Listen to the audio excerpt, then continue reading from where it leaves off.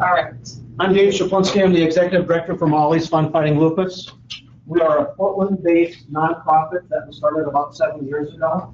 We're going to talk a little bit about cause marketing, how that ties into traditional marketing, legacy marketing, and for those that remember radio and TV ads and posters and all these things, it all layers together.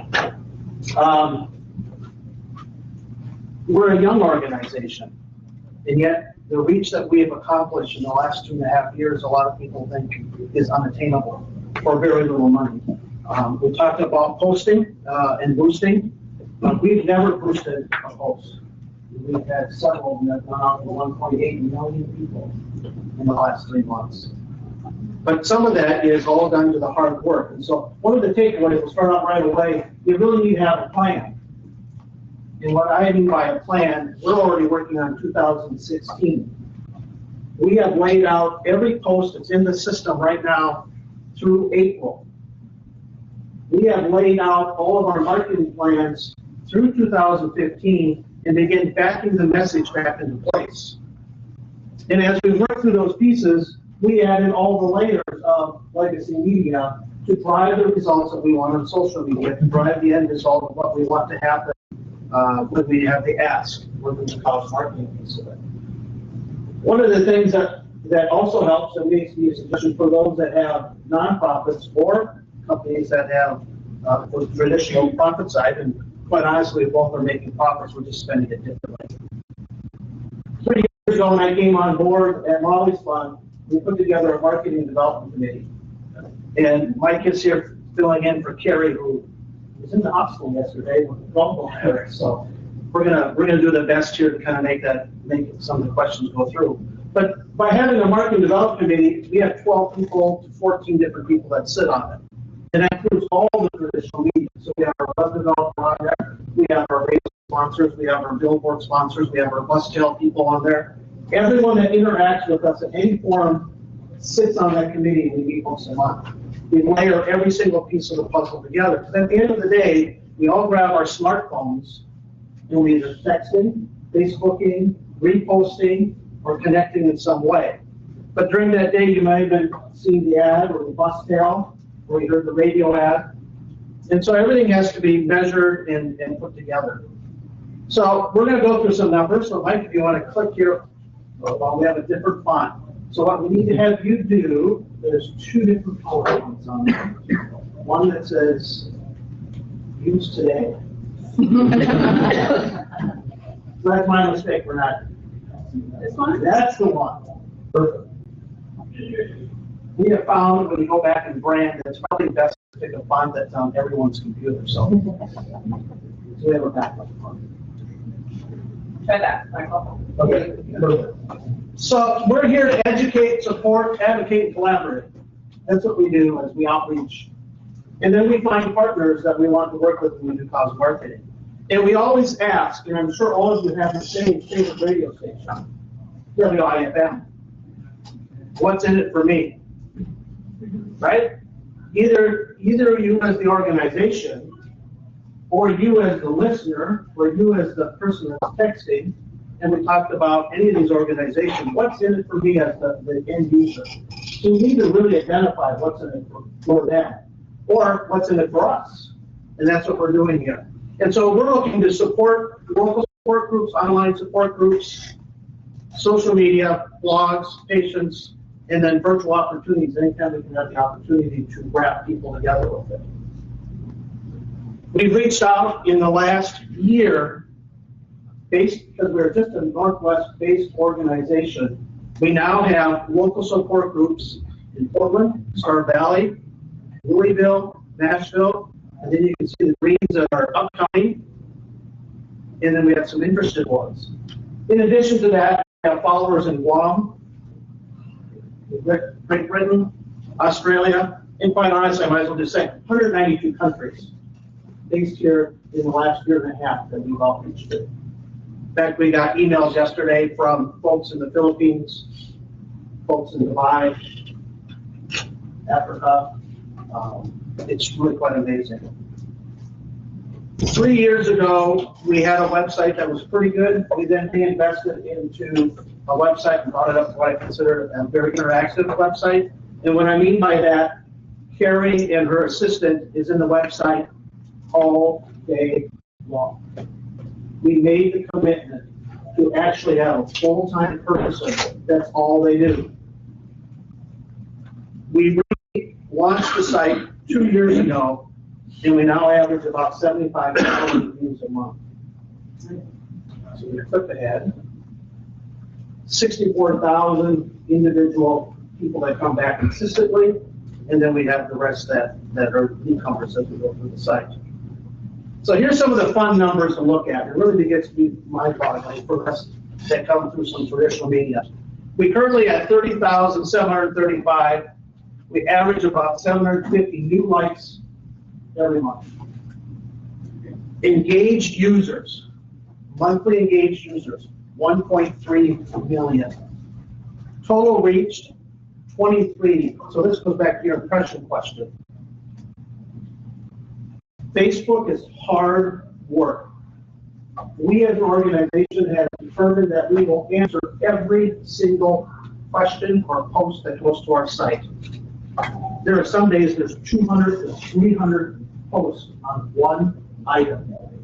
Carrie makes it her business and her assistant to make sure that our client knows that they're taken care of. We have built brand loyalty with those folks. We dumped into Pinterest. They got 6,400 average daily impressions, 130,000. We have just started using Pinterest in the last 6 months. Next one, please, Mike. So here's some examples. What's in it for them? What's in it for our client? So we build our loyalty to build cause marketing. This post here, 8,500 likes, 1,254 comments, 2,600 shares, and then your impression reaches almost 250,000. 15,000 likes, 2,000 comments, and almost every single one of those comments were responded to. Shares, 338, but this is the good one. This was just a few weeks ago. 42,000 likes, 7,500 comments, nearly 20,000 shares, 1.2. Carrie knows her audience. She knows what color palette they like. She knows what time to post it. And she spends the time making sure that she responds to them all. Next one. And it keeps growing. But you gotta feed the machine. So we move into cause marketing, and one of the things that we're trying to figure out is how do we harness that many likes, and that many shares, and that many engaged users. And so we just launched this Thanksgiving weekend. The question is, and we talked a little bit about it earlier, right, is how do you get them to pay forward? How do you get them to spend some money? So we thought we'd try an album or EP today, and we reached out to 4 artists with 20 songs. We got them up on Facebook, so you can buy one for 99 cents. They can buy all 3 for $3.95. To date, it's only been marginally successful. And we're really curious about it. We flip forward. So we did the teasers. We started 3 weeks in advance. The next slide, Mr. Mike. Got the album memes. They've been shared and they've been liked.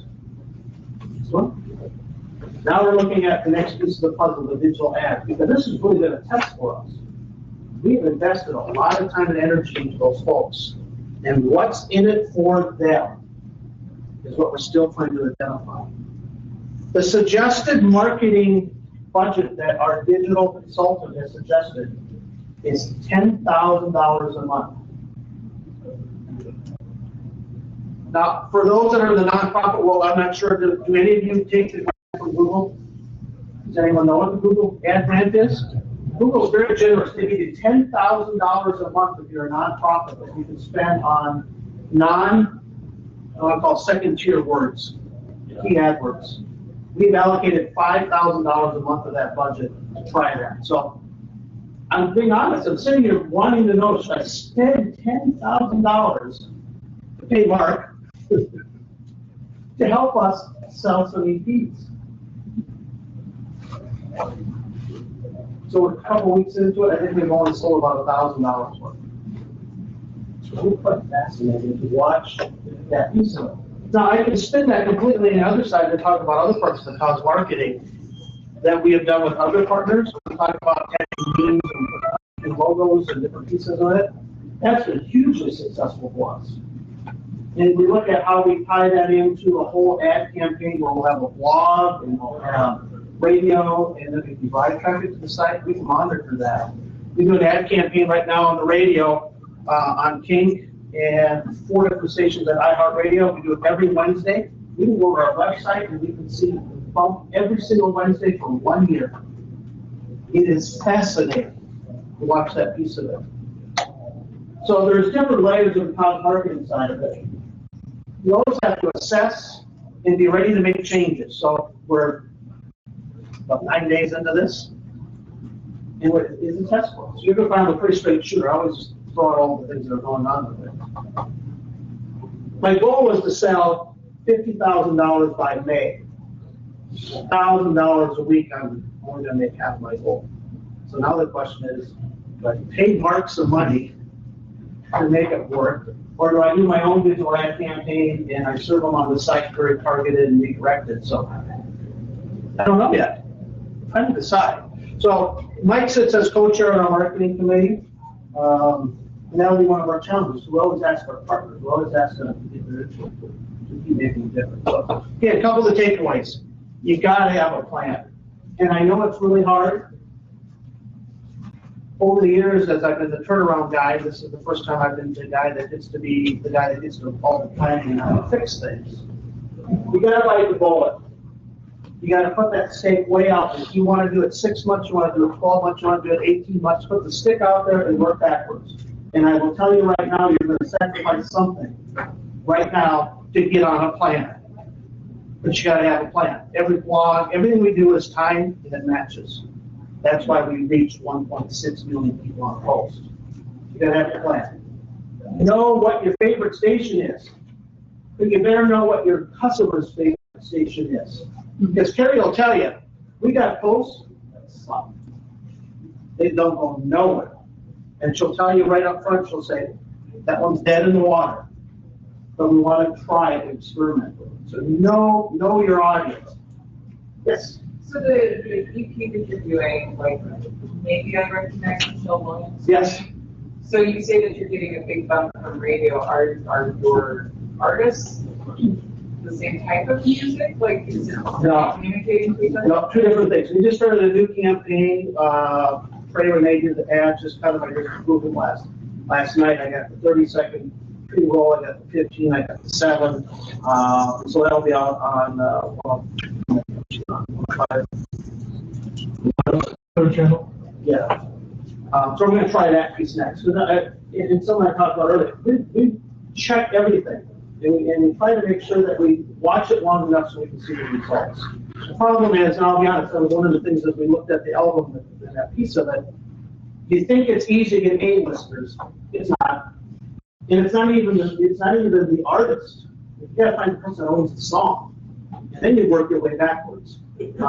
So this, I'll be honest, we call a lot of things tests. This is our first practice test at it. We believe that we can make it marginally successful. We can go back next year and get some A-listers to cut it. But right now, I don't know. We're 10 days into it. So those are a couple of my takeaways. You gotta have a plan and know your audience. That's all we got. Excellent.